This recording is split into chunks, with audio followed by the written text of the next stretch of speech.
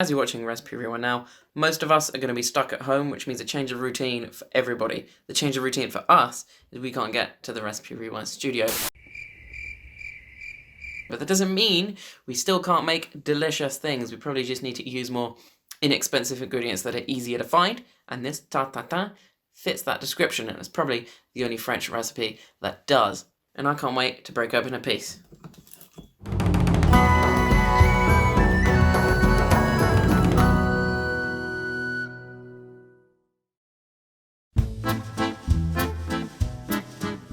Our story starts 100 miles south of Paris, in the Loire Valley town of Le Motte-Beuvron.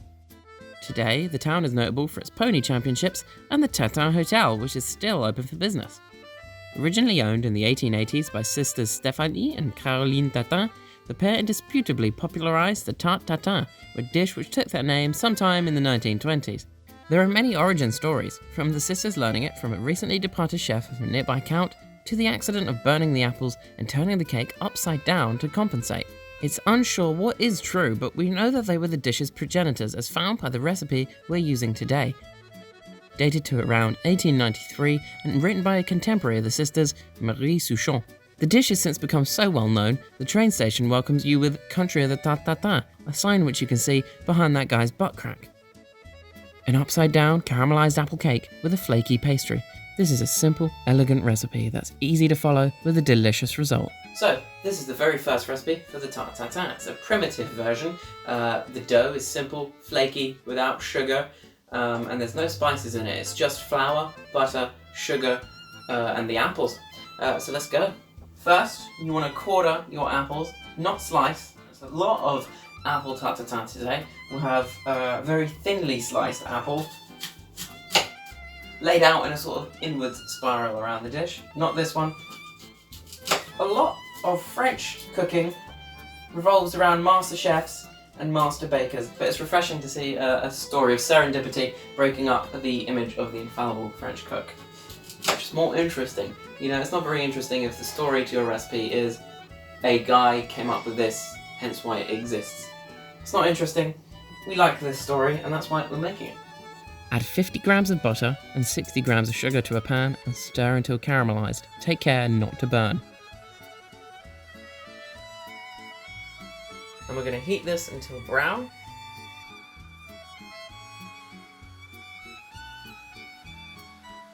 Oh yeah, here it comes.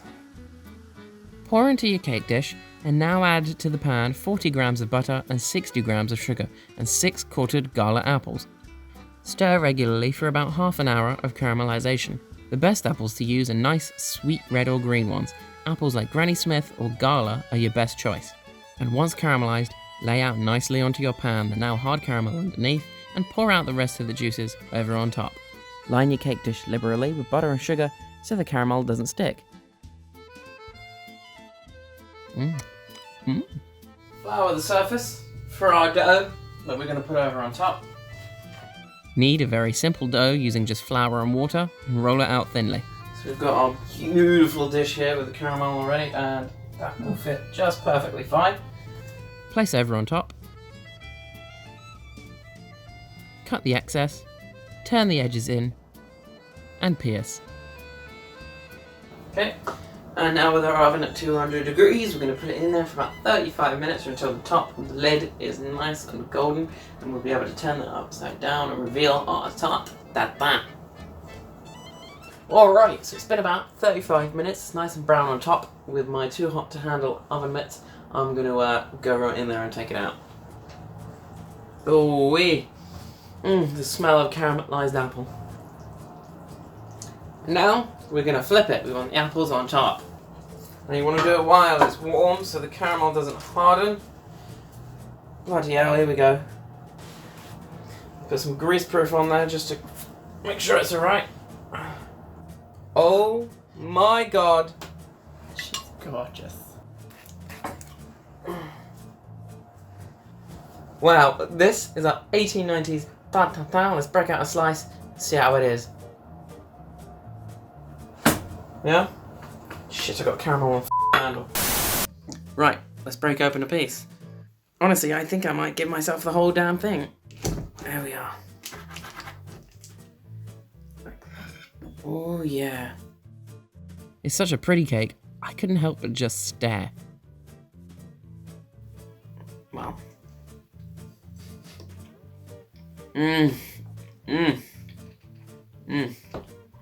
Oh, unbelievable. That is delicious.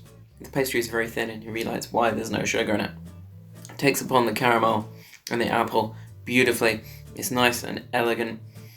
The apple just falls apart in your mouth and melts. This has got to be one of the tastiest recipes we've ever made.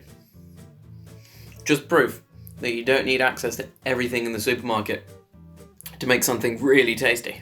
It's really quite easy and a good way to save some apples that maybe you've forgotten about and are going a bit brown, but naturally and not the tasty brown. But now cinnamon is a popular addition, calvados. All of those things are generally added today, but they're not needed in this. Just with the taste of the apple, the caramel, and the pastry is rich enough and it's really damn tasty.